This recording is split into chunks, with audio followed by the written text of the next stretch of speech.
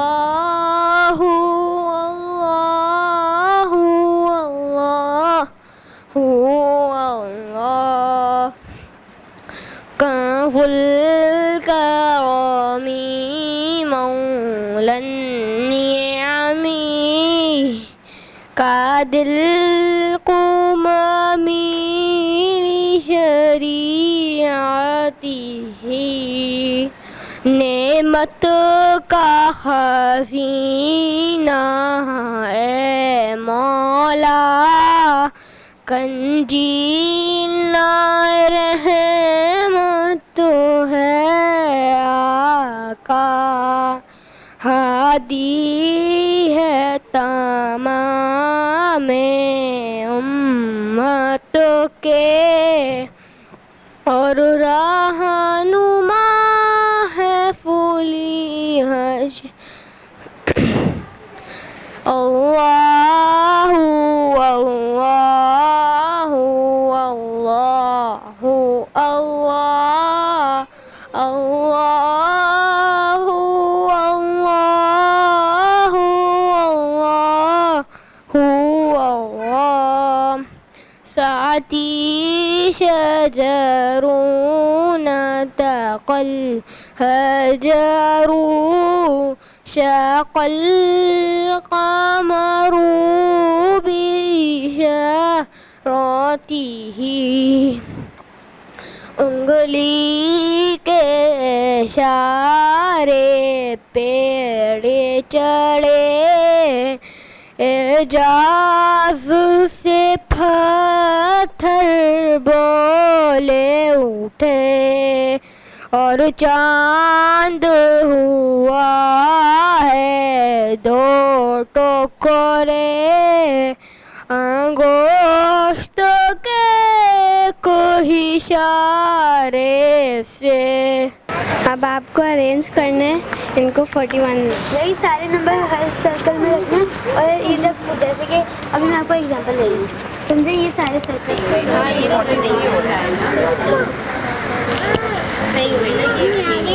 छोटे नंबर पे स्टार्ट करना छोटे से नंबर से पहले चेक करते हैं कि 45 उसके टेबल पे आ रहा है, नहीं आ रहा तो आप आगे वाले 3 वाले टेबल पे जाओ, 3 वाले टेबल पे भी नहीं आ रहा तो 4 में जाओ। 3 या 9 नहीं 3 से 9 तो 9 हो गया तो 9 टेबल में आ गया ना। अब अच्छा 5 से कर रहे हो, ठीक है कर।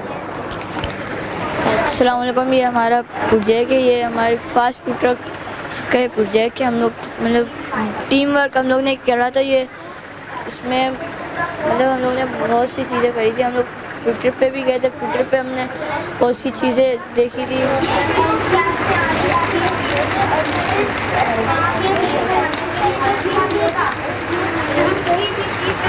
ये कैसे करते हैं? ये प्रोजेक्ट है, इसमें HCF निकालते हैं। तो फिर 11 का निकालेंगे तो फिर 11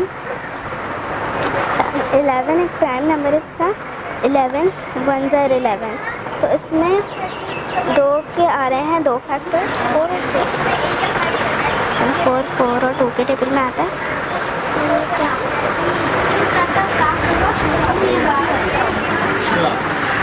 इसमें काफ़ी सारे बच्चों ने हम सब ने ये मिलकर बनाया। जैसे कि वहाँ पे वो पॉट लगे हुए हैं और हम सब ने ये मिलकर काम किया।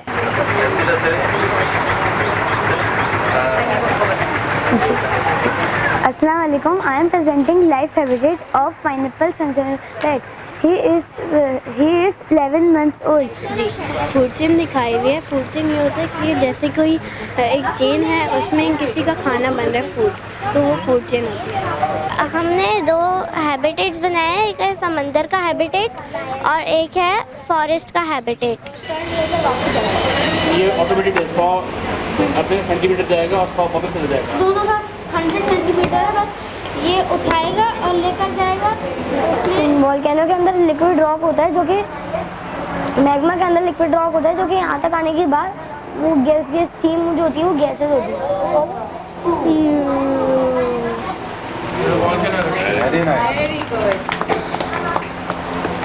हमने छोटे से मॉडल बनाई है, उसका नाम है model of earth. Model of earth अगर इसमें हम लेते हैं आउटर लेयर पत्थर और मिट्टी से बना है। बच्चों के लिए बाइस मुसर्रत होती है, हमारे लिए भी बहुत एजाज़ होता है। आप लोग सब हमारे लिए बहुत मोतबर हैं और आपके साथ खड़े होने से हमारी हिम्मतें बुलंद होती हैं। हमारे आज के मेहमान खुसूसी शोएब नकी चांदना साहब, he has done his bachelor's degree in commerce and master's in human resource management, both from Karachi University. He has been working in different disciplines for the past 21 plus years with different local and multinational companies. He has been working in the field of human resource management at different levels for almost 18 years. Currently, he is associated with the British Thread Manufacturing Group, Coates, as Director Human Resource and Industrial Relations for Pakistan. Thank you, sir, for sharing your morning with us, spending this time with us. It's an honor.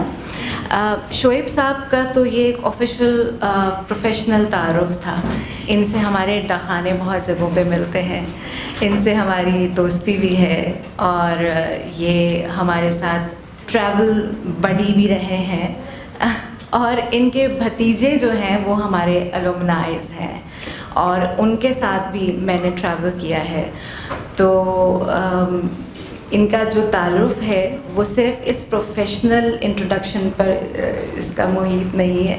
दूसरी चीज़ ये कि एक और जो गहरा ताल्लुक़ है वो ये कि he is also L2L parent और इनके साथ हमारी बड़ी अच्छी अंडरस्टैंडिंग है। जब कभी कोई मसला दरपेश आता है, कोई कन्फ्यूजन होती है, तो हम अफ़हाम व तफ़हीम के साथ बैठकर उसको डिस्कस करते हैं। Sometimes he helps us out, sometimes we provide a solution and in collaboration we move on. और उसका रिज़ल्ट ये है कि माशाल्लाह इनके जो साहबजादे हैं उनके अंदर जो बतदरीज हमें स्ट्रेंथ्स रिवील होती हुई नज़र आ रही हैं और उसकी जो एकेडमिक प्रोग्रेस है माशाल्लाह उसमें अल्लाह ताला बहुत दिन दुगनी रात चौगनी तरक्की दे रहा है। अल्हम्दुलिल्लाह अल्लाह ताला इस पूरे एक्सपीरियंस को बहुत नाफे बनाए, न सिर्फ इनके बेटे के लिए बल्कि हमारे तमाम स्टूडेंट्स के लिए अल्लाह ताला बरकत दे। ख़वातीन हज़रात, एक छोटी सी बात मैं करूँगी, उसके बाद प्रोग्राम को हम आगे बढ़ाएंगे। अभी मैं शोएब से बात कर रही थी कि चंद दिनों पहले आप लोगों ने अखबारों में, सोशल मीडिया पे पढ़ा होगा, हैदराबाद में एक बहुत अफसोसनाक वाक़या हुआ था। 11 साल की बच्ची ने एक नोट लिखा और उसके बाद उसने अपनी ज़िंदगी ख़त्म कर ली। सबसे पहले तो ये कि वो बच्ची को ये जो आइडिया आया कि because something is not going right in my life I should end it, ये कैसे आया? इसका जिम्मेदार कौन है? Who is to take responsibility for that thought? Secondly, उसने जो नोट लिखा था प्रिज्यूमेबली, अगर शायद आप लोगों में से किसी ने उसको पढ़ा हो, उसमें चंद ऐसी बातें लिखी थी जो कि मेरी समझ से तो बालातर थी, कि वालिदैन ने कुछ ऐसे उससे स्टेटमेंट्स कहे जिसमें कि बच्चों को कंपेयर किया, या एक बच्चे को इजाज़त दी, एक बच्चे को इजाज़त नहीं दी, खाने के लिए एक बच्चे को फोर्स किया, दूसरे को नहीं किया, and that made her feel that her parents are unjust and cruel. Now who's putting these ideas into that 11-year-old's mind? To the point that she decided to take her own life. Now this is sad, and this is dangerous, and this is the challenge our kids are entering into, and this is what they're up against. इनकी academic performances, इनकी job availability is not the challenge, this is the challenge कि किस तरह फितने वाली सोच को रोकना है अपने ऊपर असरअंदाज होने से, क्योंकि ये हमारे माशरे में मौजूद है, हमारे माशरे का एक अनडिनाएबल हिस्सा बन चुकी है कि जब आपको कोई चीज़ पसंद नहीं आए ना तो खुद सोजी कर लो। अभी तक तो बात धरनों तक थी, धरने दे दो, ठीक है, हड़ताल कर दो, ये सब चल रहा था। अब ये हो रहा है कि जहाँ अपनी मर्ज़ी नहीं चल पा रही है वहाँ खुद सोजी कर लें। क्या ये जिस्म हमारा है?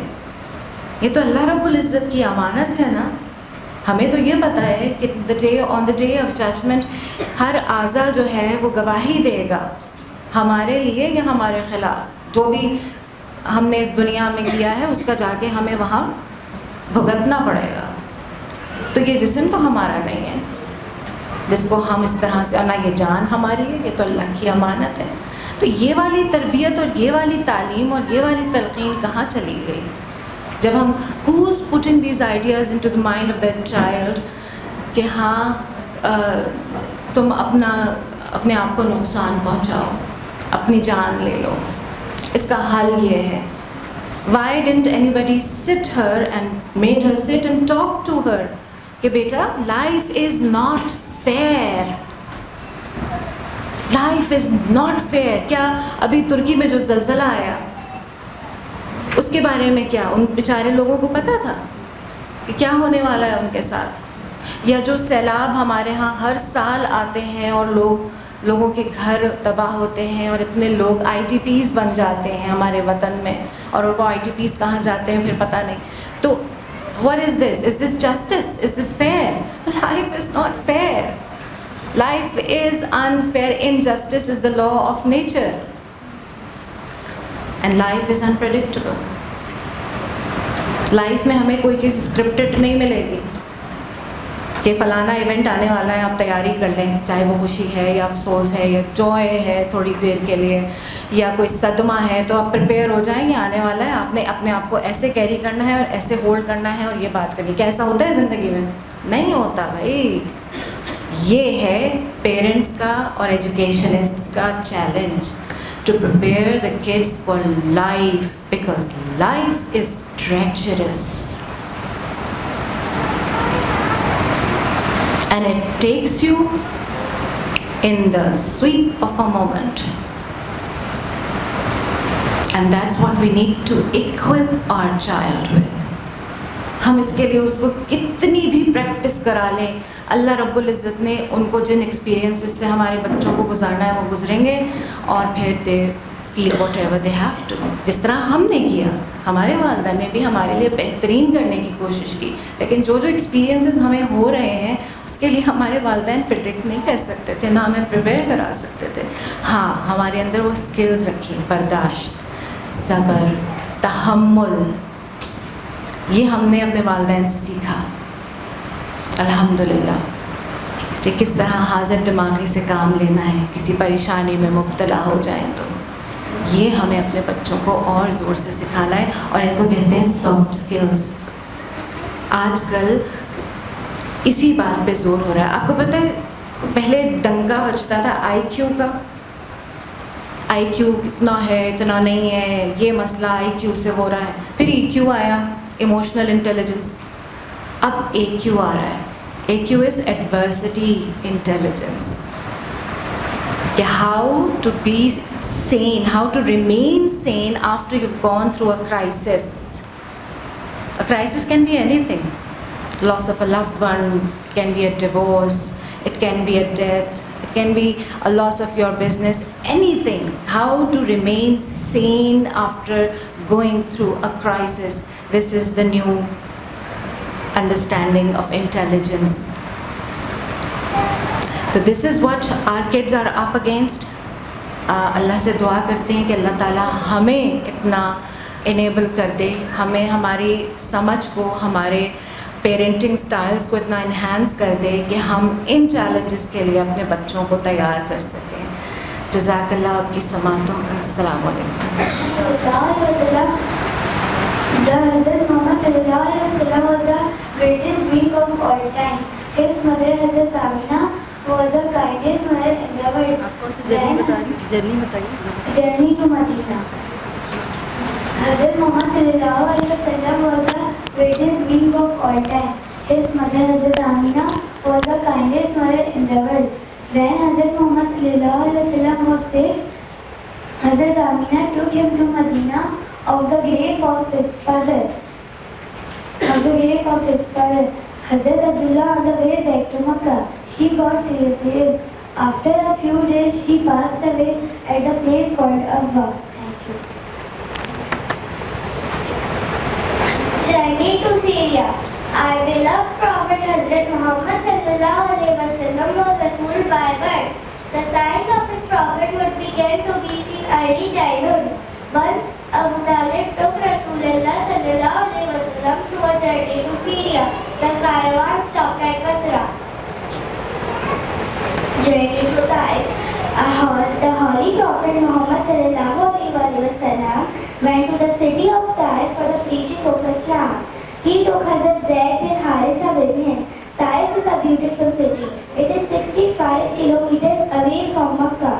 The inhabitants of the city were rich people. The Prophet went every house there to preach Islam, but they were too proud of their wealth and property and paid no attention to his words. Miraj or journey to heaven is the event which tells about the Prophet sallallahu alaihi wasallam. Allah meeting with the Almighty says in the Holy Quran, "Have seen him such high rank had never been given to anyone but the Prophet sallallahu alaihi wasallam." Allah Almighty said in the Holy Quran, "Subhanalladhi asra bi 'abdihi laylan min al-masjid al-haram ila al-masjid al-aqsa." Purity is to him who took his monument in a part of the night, from al-masjid al-haram to al-masjid al-aqsa.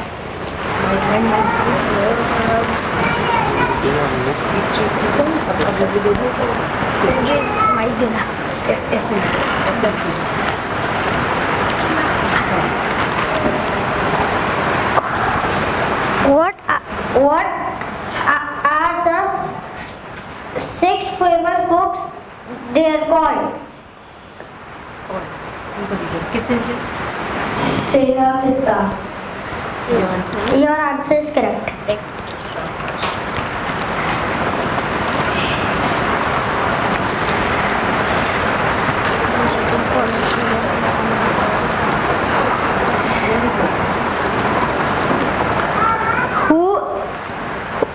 Who will be helpful for the Muslim on Day of Judgment? Hazrat Muhammad sallallahu alaihi wasallam. Your answer is correct.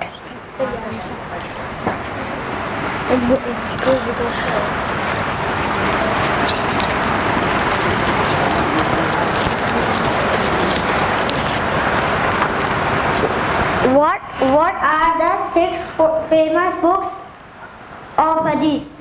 Sahih Bukhari, Sahih Muslim, Jami' Tirmidhi, Sunan Abu Dawud, Sunan Ibn Majah, Salam Asari. Your answer is correct.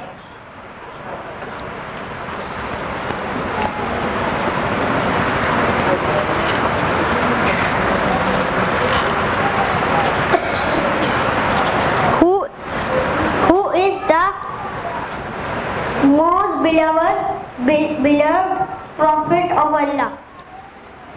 Hazrat Muhammad sallallahu alaihi wasallam. Your answer is correct.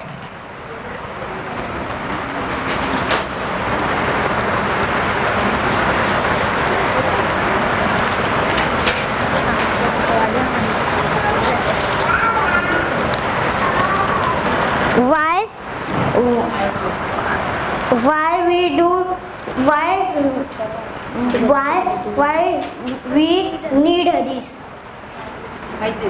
Because without hadith we cannot actually act upon the commandment of the Holy Quran. Your answer is correct.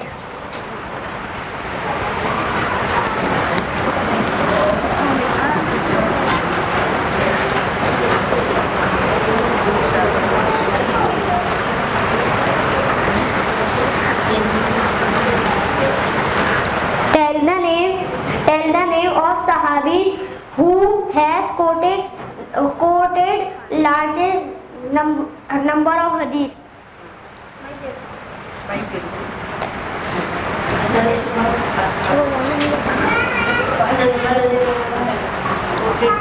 किसने ज़्यादा हदीस cricket की है?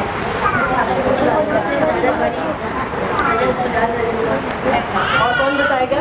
और हज़रत Abu Huraira. मैंने बताया था। Hazrat Abu Hurairah. Your answer is correct.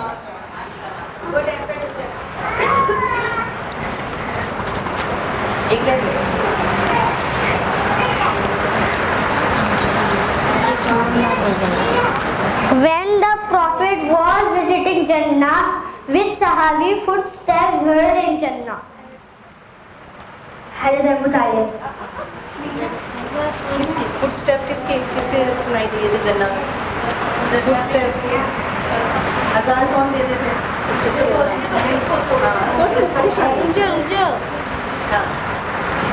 बिल्कुल पता है ना अजान किसने Hazrat Bilal. Your answer is correct.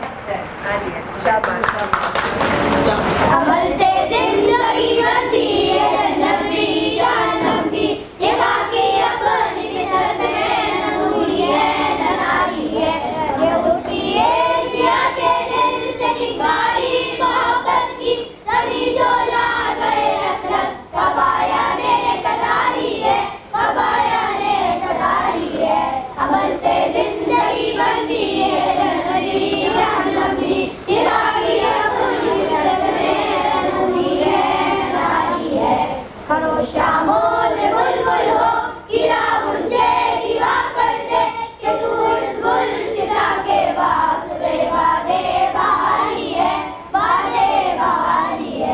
अमल से जिंदगी बनती है जन्नत भी जहन्नम भी ये बाकी अपनी फितरत है न दूरी है न नारी है अभी तक आदमी से दे सबूरे शेर यारी है कयामत है कि इंसानों इंसान का शिकारी है इंसान का शिकारी है अमल से जिंदगी बनती है जन्नत भी जहन्नम भी ये बाकी अपनी फितरत है न दूरी है न नारी है नजर को सीना करती है चमकते जीव हाजिर की ये नारी मगर झूठे नगों की रे लगारी है नगों की रे लगारी है अमल से जिंदगी बनती है जन्नत भी जहन्नम भी ये बाकी अपनी फितरत है न दूरी है न नारी है जो बदनवाज जालिम कर खलत मंदाज मगरिब को अवल से बन जाए भूमि में तेरे कारज़ारी है अमल से जिंदगी बनती है जन्नत भी जहन्नम भी ये बाकी अपनी फितरत है न दूरी है न नारी है बाजी आप क्या कर रही है? अरे मेरे मुन्ने भाई मैं गर्ल्स गाइड की तैयारी कर रही हूँ। मुझे भी गर्ल्स गाइड में हिस्सा लेना है। अरे मेरे मुन्ने भाई, तुम गर्ल स्काउट में तो नहीं, बॉय स्काउट में शामिल हो सकते हो। ये बॉय स्काउट क्या होता है? बेटा मैं बताती हूँ कि बॉय स्काउट क्या होता है। स्काउटिंग एक मुख्तसर और हमदर्दाना काम है। ये स्कूलों और कॉलेजों के बच्चों की तंजीम है। इसमें तलबा को खुद से काम करना सिखाया जाता है। उसके अलावा दूसरों की मदद करने की तरबियत दी जाती है। जहाँ कोई मुश्किल हो, कोई हादसा पेश आ जाए, स्काउट वहाँ लोगों के काम आते हैं। इसमें रस्सों का पुल और आरसी स्ट्रेचर वगैरह वगैरह बनाना सिखाया जाता है और इब्तिदाई तिब्बी इमदाद भी देना सिखाया जाता है। ये इब्तिदाई तिब्बी इमदाद क्या होता है? बेटा मैं बताता हूँ। इब्तिदाई तिब्बी इमदाद उसे कहते हैं चोट लग जाए या सांप काट ले या इंसान को दिल का दौरा पड़ जाए या करंट लग जाए, उसका फौरी तौर पर इलाज हो, उसको इब्तिदाई तिब्बी इमदाद कहते हैं। अब्बू मैं भी हिस्सा ले सकता हूँ? बिल्कुल, तुम बॉय स्काउट में हिस्सा ले सकते हो। मुझे तो इसका तराना भी याद है, क्या मैं सुनाऊं? चांद तारों में तू, मरग़ज़ारों में तू, ऐ खुदाया, किसने तेरी हकीकत को पाया। चांद तारों में तू, मरग़ज़ारों में तू, ऐ खुदाया, किसने तेरी हकीकत को पाया। तूने पत्थर में कीड़े को पाला, खुश्क मिट्टी से सब्ज़ा निकाला।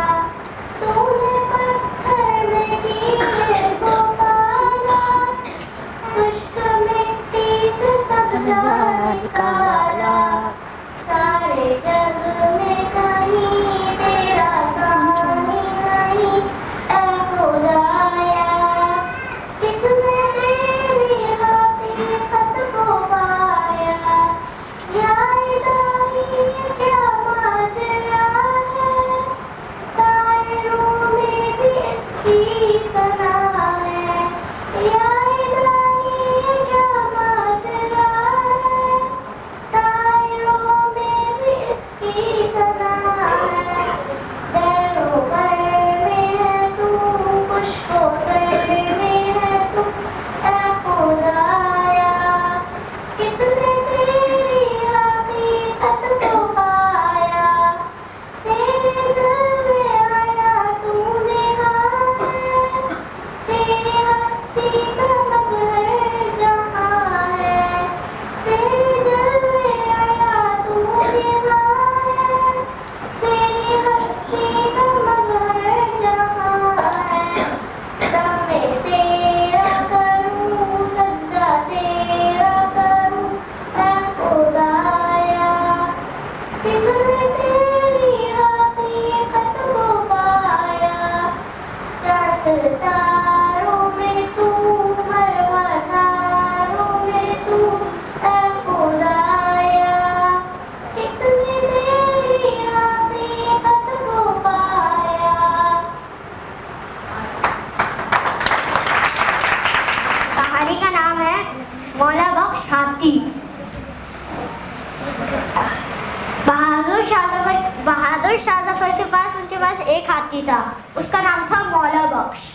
मौला बख्श दरबार का सबसे बड़ा और तगड़ा हाथी था। लेकिन अजीब बात ये थी, वो अपने पास किसी को नहीं आने देता, लेकिन वो बच्चों से बहुत खुश होता था। जब भी बादशाह का जी चाहता, बादशाह कहते कल हम मौला बख्श पे सवार होकर शहर की सैर पे जाएंगे। मौला बख्श को खूब तैयार करा जाता। फिर बादशाह के दरबार के आगे लेकर आ जाते मौला बख्श को। मौला बख्श फिर जब तक मौला बख्श ज़मीन पे बैठ जाते, जब तक बादशाह उसके ऊपर सही से नहीं बैठ जाता, जब तक मौला बख्श हिलते भी नहीं। जब बैठते तो वो हिलते आहिस्ता आहिस्ता एक चीख मारता है, जैसे खुशी का वो इजहार कर रहा है। वो अपनी बार 3 बार अपने सुर से सलाम करता है। लगता है जैसे कोई बंदा आदमी उसको, कोई बादशाह सलामत को कोई बंदा सलाम कर रहा है। तो वो वापस आते हैं, फिर उनकी जो उनको सजाया होगा तब वो हटता है। फिर अब ना मेरे कहानी का पहला हिस्सा खत्म हो गया। दूसरे हिस्से के लिए आप थोड़ा सा इंतजार करें। अस्सलामुअलैकुम, मेरा नाम रैयान है। आज मैं आपको एक कहानी सुनाऊंगा और कहानी का नाम जानने से पहले एक बहुत ज़्यादा तालियां बजा रहे हैं। कहानी का नाम है हथीली पर बाल। हथीली का बाल, हथीली का बाल। बादशाह सलामत दरबार में ऐलान करता है, जो मेरे सवालों को जवाब देगा उसको मैं माँ की कीमत दूंगा और जो नहीं देगा मैं उसकी गर्दन उड़ा दूंगा। की जरूरत नहीं हो आप जगह से ले ले। थोड़ी देर बाद एक बुजुर्ग उठे और बोला, मैं आपके सवाल का जवाब दूंगा। बादशाह ने बोला, खूब सोच लो, फिर तुम्हें मौका नहीं मिलेगा जिंदा रहने का। फिर उसने कहा, मैंने खूब सोच लिया, आप सवाल तो करें। फिर बादशाह ने बोला, बताओ कि मेरी हथेली पर बाल क्यों नहीं है। बादशाह उसने बोला, जब देते हैं आपके दे देकर बाल घिस गए हैं, आप बहुत सखी हैं और सखावत करते हैं, हर वक्त कुछ ना कुछ देते ही रहते हैं, तो आपके दे देकर बाल घिस गए हैं। बादशाह इस सवाल से मुझे बहुत खुश हुआ। बादशाह ने दूसरा सवाल किया, बताओ कि तुम्हारी हथेली पर बाल क्यों नहीं है।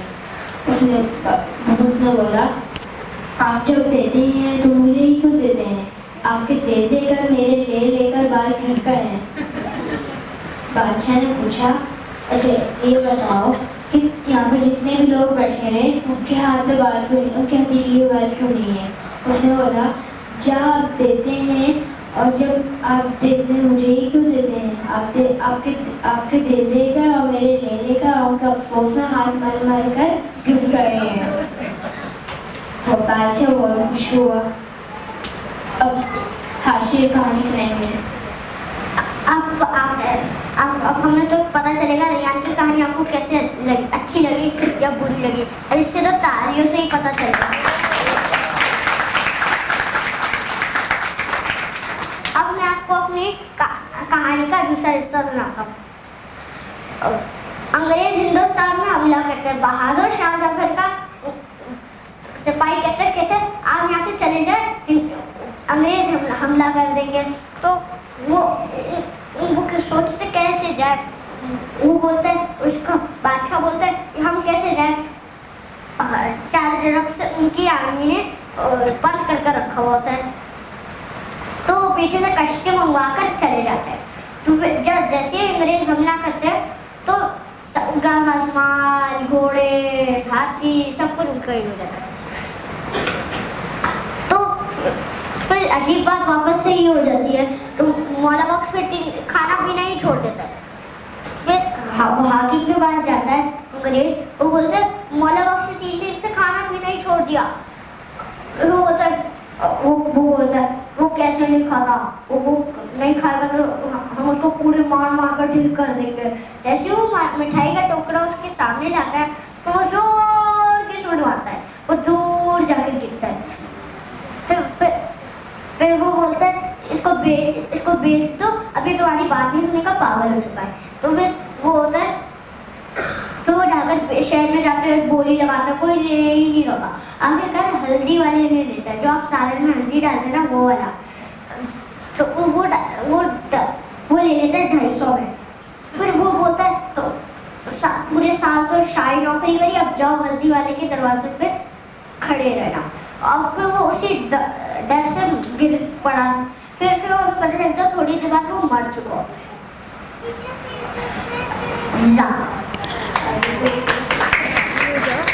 छोटी सी बिल्लो छोटा सा बस्ता, घुसाए इसमें कागज का दस्ता, लकड़ी का घोड़ा, रुई का भालू, चूरन की शीशी, आलू का चालू, बिल्लो का बस्ता जिनकी पटाई, जब उसको देखो पहले से भारी, लट्टू भी इसमें, रस्सी भी इसमें, डंडा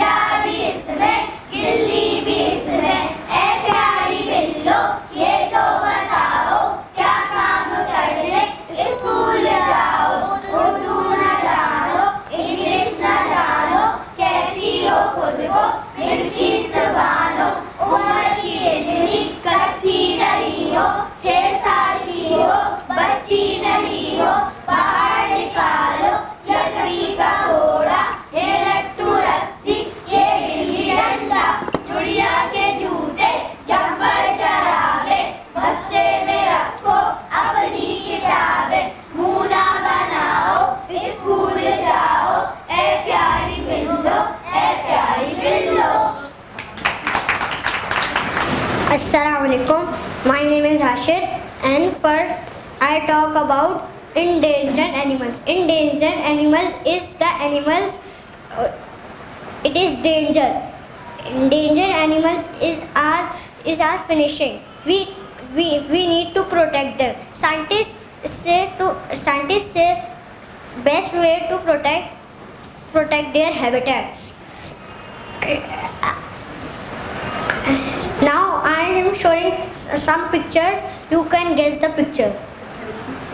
तो यहाँ स्टेज पे खड़े यहाँ पर Guess this picture. फिर Yes, you. is it chimpanzee? No. Your answer is wrong. Yes. Gorillas, yes. Yes, your answer is correct. चलो भाई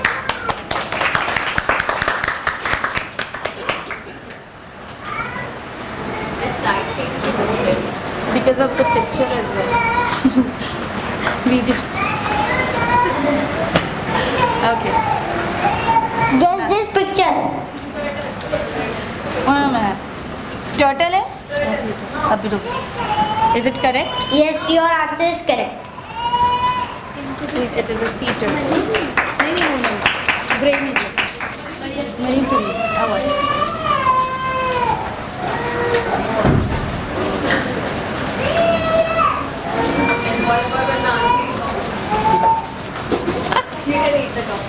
हाँ.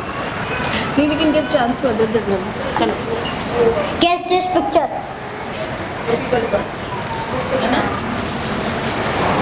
लाइट बंद कर. लाइट बंद कर. मार्को किस मार्को नहीं होने के बोले Marco. Is it correct? No. No. Oh. Deer? No. Oh.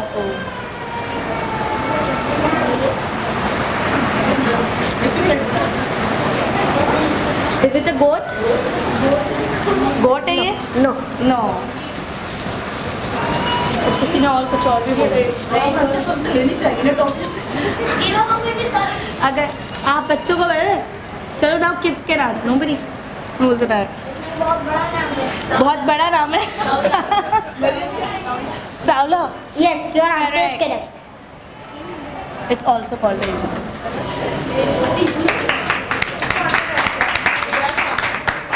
Thank you. Okay. And now guess this picture. बच्चे नहीं अभी वो वाला डिफिकल्ट था थोड़ा Yes, सा. you. Yes. Yes, your answer is correct. छोटी बच्ची. ठीक है ना.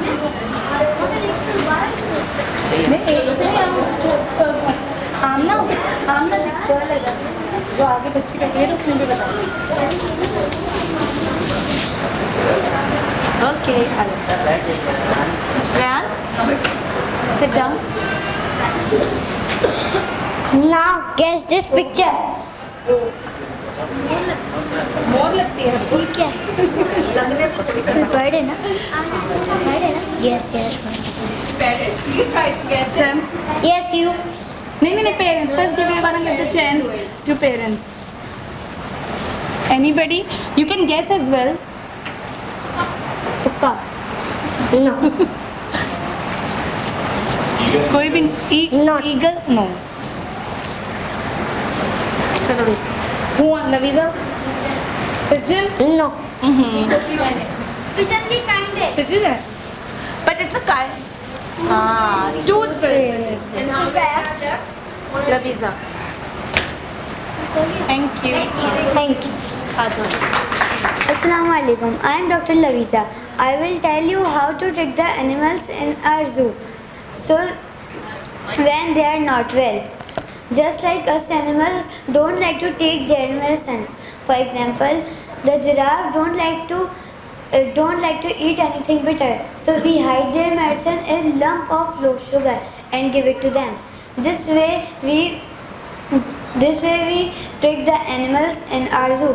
Even elephants don't like to take their medicines. So we hide their medicine in potatoes. because elephants love to eat the potatoes. I request to the Pakistani people to take care of the animals in our Pakistani zoo as well. The animals in our zoo treat poorly. We need to show our love and care to them as well. Thank you. Teacher of the deep sea, I am the octopus. I have a complaint. Why do human beings pollute the sea? Do you people have any idea how dangerous it is for us? So many marine animals die because of the sea pollution. The dirty water that came from the factories, the garbage you throw in the sea, and the oil which fell from the ship containers kill the sea animals. I request all of you, please do not pollute the sea. Please don't kill us. We all need to reduce our waste. Let's do it now with a plenty of haste. It's also important for us to reduce. If we were lucky, will be on news.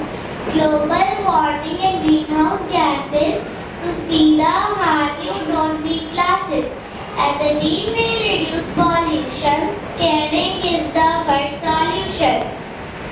I am a peacock. I came here to share my thoughts. Often people forget that animals have feelings too. We feel different emotions like fear, happiness, joy and love. When we are happy we sing, when we are sad we are often quiet, and when we are scared we hide from each and everything. Why can't human beings understand this? Why can't human beings feel us? Even we have kind hearts. We want people to be kind. We feel happy with a kind gesture. I wish people to be kind and stop being cruel to us. Maybe my poem could reach to their hearts. A helping hand, a heartfelt smile. The kindness you give comes back in a while, like a boomerang, ringing through the air. The people you have send you love and care. When you show kindness, it's very true. Others show kindness back to you. Hope you all will be kind and helpful. Assalamu alaikum. My name is Dr. Raya Hura. Dear peacock and this is octopus. Dear octopus and peacock, I can understand your pain. You are right. Sometimes we human become very cruel. Number one.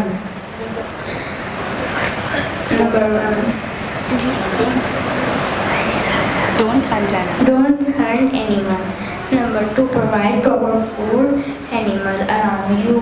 Number 3, don't pollute sea or forest. Number 4, don't hurt two animals. Number 5, don't cruel to animals. Thank you. Okay, thank you, Raya.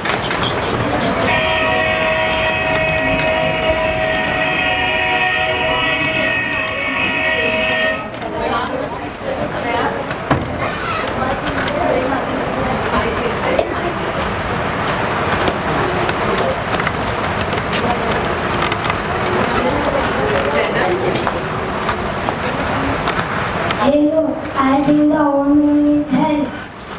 We should help him. Please help him.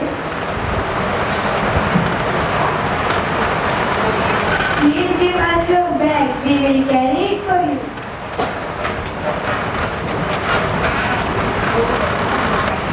Our mother told us we should help everyone. God bless you all. I am so happy to see such kind children.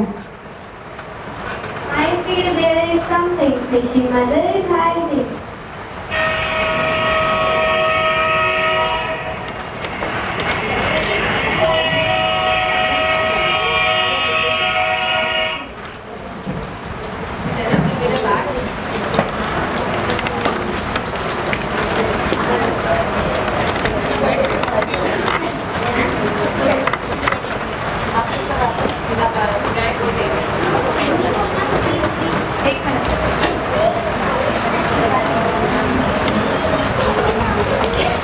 In the next scene, Bobby will discover the truth and old man will help her.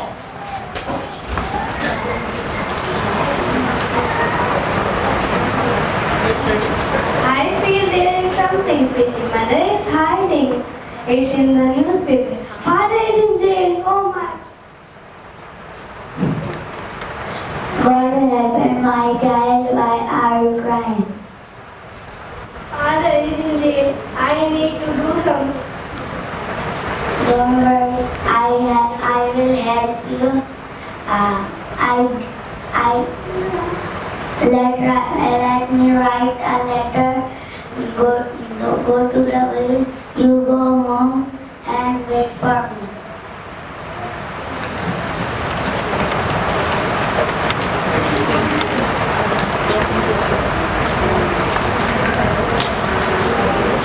Wow, in scene 4, Father will come back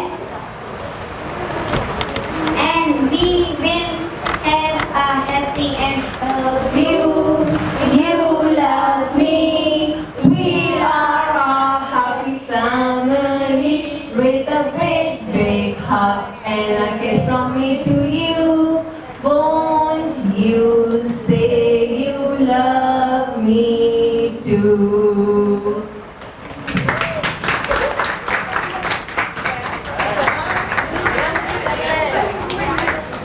Now I would like to call our guest of honor to share some few kind words with us.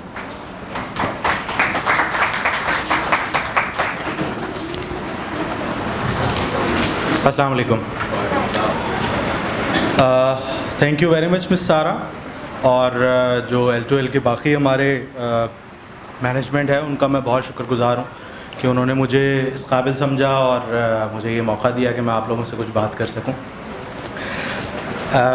Professional जो exposure जो भी experience है वो तो इसने बताया आपको, लेकिन तकरीबन पिछले 6-7 साल से मैं L2L के साथ एज अ पेरेंट भी एसोसिएट हूँ और मैं इनसे सीख रहा हूँ जब से कि कि एक बेहतर पेरेंट मैं कैसे बन सकता हूँ। और मेरा जो बच्चा है वो ऐसा पिद्दा सा था जब यहाँ पे आया था, माशाल्लाह मुझसे लंबा हो गया, ही इज़ 13 नाउ। तो उसको मैंने जिस तरह से ट्रांसफॉर्म होते हुए देखा है और क्योंकि वो एक ट्रेडिशनल स्कूल में हम उसको पढ़ाते थे और पहला बच्चा था हमारा, तो हमें एक बड़ी परेशानी जो हर पेरेंट को होती है कि जी दूसरे बच्चे ऐसे करते हैं, हमारा बच्चा तो ऐसे नहीं करता, ये इतना कॉन्फिडेंट नहीं है, ये इतनी बात नहीं करता। तो जब हम यहाँ पर आए एक फ्रेंड के थ्रू और उसके बाद जब पहली PID में जब वो यहाँ पे परफॉर्म कर रहा था तो मुझसे जो है वो अपने सच्ची बात है कि जज्बात पे काबू नहीं रहा कि मैंने फिर when he was here PID के बाद तो मैं आई हग्ड हिम रियली टाइट कि मैं मुझे यकीन नहीं आ रहा था कि वही बच्चा है जिसको हम खड़े करके और उसको जो है ना वो बस कहते थे जब बात तो करो, अच्छा कुछ बोलो तो सही। घर में ज़बरदस्त वो चीज़ें अपने कर रहा है, लेकिन जब लोगों के सामने ही was unable to do that. तो जब हमने ये चीज़ देखी तो उसके बाद फिर कुछ इस हवाले से और सीखने की कोशिश की कि ये फिर प्रैक्टिकल लर्निंग और ये होता क्या है। हमने डाल तो दिया था बच्चे को यहाँ पे एक ऑन एक हमने रिस्क लिया था, लेकिन जब ये सीखना शुरू किया और उसके साथ जब मैंने अपनी जब प्रोफेशनल लाइफ के अंदर जो मैंने सीखा, क्योंकि जैसे इसने बताया कि मैं ह्यूमन रिसोर्स मैनेजमेंट प्रोफेशनल हूँ और एक स्टूडेंट हूँ ऑर्गेनाइजेशनल साइकोलॉजी का, तो जब उसके साथ एक कॉम्बिनेशन में मुझे चीज़ें समझ में आनी शुरू हुई, मेरा अपना भी एक दिमागी इर्तिका हुआ मैं कहूँगा, तो मुझे ये नज़र आया कि बहुत सारी दफ़ा हम एज पेरेंट्स अपनी ख्वाहिशात को जो हम शायद अपने ज़माने में नहीं पूरी कर सके वो हम अपने बच्चों के ज़रिए पूरी करना चाहते हैं, और उस कोशिश में हम शायद सब्र का दामन जो है ना वो हमसे बाज़ औक़ात छूट जाता है। तो हम ये बच्चे जो हैं ये एक जैसे आपको अगर किसी को गार्डनिंग का शौक़ हो तो एक छोटा सा पौधा होता है ना, ये वो उस पौधे की तरह से होता है कि अब हमारा जो माली जो है वो उसको बड़ा नहीं कर सकता, उसको फलदार नहीं बना सकता, ये उसका मुकल्लफ नहीं है, वो that is beyond his capacity, ये वो नहीं कर सकता, ये किसी और ने अपने हाथ में रखा है, द ऑलमाइटी। अच्छा वो कर क्या सकता है? वो ये कर सकता है कि उसको टाइम पे खाद दे, पानी दे, उसको सही जो उसको माहौल चाहिए वो उसको दे, और उसके साथ साथ जो डेंजर्स हैं जो उसको फिज़िकली मेंटली कहीं पे नुकसान पहुंचा सकते हैं उससे उसको बचाने की कोशिश करें। अब अगर वो इससे ज़्यादा करने की कोशिश करेगा, या जो उसका पौधा है वो गुलाब का है और वो उस पर रोज़ जोर डालेगा कि नहीं तुमने गेंदे के फूल भी देने, तो वो नहीं हो पाएगा, जितनी मर्जी आए कोशिश कर ले। इस चक्कर में वो जो पौधा है ना वो अपनी उस कैपेसिटी को भी ख़राब कर जाएगा। तो एज़ पेरेंट्स, मैं कोई पेरेंटिंग का एक्सपर्ट नहीं हूँ, मैं सिर्फ जो मैंने सीखना, क्योंकि मैं अभी भी सीखने के अमल से गुजर रहा हूँ, तो जो सीखा है, जो कुछ थोड़ी बहुत इंटेलेक्ट आप कह लें, वो ये चीज़ जो है ना, this is the crux of parenting. अच्छा, अब इसके साथ साथ ये तो एक पेरेंटिंग की चीज़ हो गई। अब जो प्रैक्टिकल वर्ल्ड है उसमें इस वक्त जो हमें एज क्योंकि हमारे लिए तो ह्यूमन कैपिटल या ह्यूमन रिसोर्स या लोग जो हैं वो सबसे ज़्यादा अहम हमारे लिए रिसोर्स होती है किसी भी बिज़नेस को रन करने के लिए। तो उसके अंदर हमें जो सबसे बड़ा चैलेंज आ रहा है और जो आउटपुट है बेसिकली हमारे ट्रेडिशनल एजुकेशन सिस्टम का, क्योंकि आज जो नए बच्चे आ रहे हैं या जो नए लोग आए हैं या जो पिछले 10 साल में प्रोफेशनल रोल में आए हैं, वो इसी सिस्टम का प्रोडक्ट हैं। उनमें हमें सबसे ज़्यादा मसला क्या नज़र आता है? उसमें हमें मसला ये नज़र आता है अडेप्टेबिलिटी का, कि वो चेंज को एक्सेप्ट करने के लिए तैयार नहीं होते। दूसरा, उनको बहुत ज़्यादा एक्सपोजर नहीं होता प्रैक्टिकल लाइफ का या प्रैक्टिकल वर्ल्ड के चैलेंजेस का। इस कॉलेज से, यूनिवर्सिटीज़ से, अनफॉर्चुनेटली यूनिवर्सिटीज़, हमारे कॉलेजेस हमको प्रैक्टिकल लाइफ के लिए नहीं तैयार कर रहे हैं। तो ये जो कुछ इदारे हैं जैसे L2L है और भी कई इदारे हैं, यकीनन ये मैं ये नहीं कहूँगा कि जिस तमाम जो है वो कोई इदारे हमारे खुदा न खास्ता फारिग हैं, ऐसा नहीं है। लेकिन L2L या ऐसे इदारे जो कि इस चीज़ के ऊपर काम कर रहे हैं, वही हमारे बच्चों को इन चैलेंजेस के लिए तैयार कर सकते हैं। वो चैलेंजेस जो हैं, जैसे मैंने अभी कहा कि अडेप्टेबिलिटी नहीं होती, उनको पता नहीं होता। जैसे मिस ने अभी बात की, काफ़ी सारी बातें मिस ने जो की, मैं उसको मैं रिपीट नहीं करूँगा, आई टोटली एग्री, और मैं उस पर भी बात करना यकीनन उसके ऊपर थोड़ा सा उसको इम्प्रोवाइज़ करूँगा। तो वो प्रैक्टिकल लाइफ के लिए ये जो चैलेंजेस होते हैं कि जी अनफेयर है, दुनिया अनफेयर है, नहीं होगा आपके साथ हमेशा वैसा जैसा कि इंसाफ होना चाहिए, नहीं होगा, that is now how it is. तो इससे अब आपने निकलना कैसे? रिजिलियंस आपके अंदर होनी चाहिए, आपके अंदर ये एबिलिटी होनी चाहिए कि आप फेलियर को भी बर्दाश्त कर सकें और ज़्यादा कामयाबी को भी बर्दाश्त कर सकें। फेलियर हो तो वो एक लर्निंग अपॉर्चुनिटी है। हाँ, अगर उस फेलियर को वो सिर्फ फेलियर समझ के और कहें हाँ ठीक है यार, सही है, दैट्स ओके, गलती हो गई, कोई बात नहीं, then that's wrong. That is where we need to channelize कि ये गलती है लेकिन ये नहीं होनी चाहिए थी, इससे ये सीखें और आगे बढ़ें। इसी तरह अगर कामयाबी मिल रही है तो वो कामयाबी का मकसद ये नहीं है कि अब आप हमेशा कामयाब होंगे या आप सबसे बरतर हो गए, वो कामयाबी भी आपसे छिन सकती है। तो ये एबिलिटी पैदा करना, ये उसी वक्त हम कर सकते हैं जब हम उनको, इन बच्चों को इस एज में जब हम उनको ये एक्सपोजर दें, इन दोनों फ्लेवर्स दें उनको ये लाइफ के। अभी जो यहाँ पे इन्होंने इतनी माशाल्लाह मेहनत से जो ये सारी अपनी परफॉर्मेंसेस दी, उसका एक पहलू तो ये है कि जी इन्होंने ये सारा कुछ जो पढ़ा था, सीखा था, वो कॉन्सेप्ट यहाँ पे प्रेजेंट किया, no doubt about that, it was a remarkable job. But at the same time ये जो PIDs या जो इस तरह की जो प्रैक्टिकल चीज़ें करते हैं, इसमें ये और बहुत ज़बरदस्त चीज़ें सीखते हैं। ये सीखते हैं टीम वर्क, ये सीखते हैं कि जी हर टीम के अंदर कोई एक या दो लीडर टाइप के लोग, बच्चे होंगे, बाकी लोग होंगे जो कि उसको सपोर्ट कर रहे होंगे, लेकिन टीम उन सबसे ही बनेगी। उनमें से कोई भी शख्स अकेला कुछ नहीं कर सकता। उसमें से कोई कमज़ोर होगा, कोई ज़रा ज़्यादा ताकतवर होगा, कोई ज़रा ज़्यादा बेहतर, किसी के अंदर एबिलिटी होगी, किसी के अंदर कम एबिलिटी होगी। कभी वो बिल्कुल जो सारी मेहनत करके आया होगा स्टेज पे आके भूल जाएगा।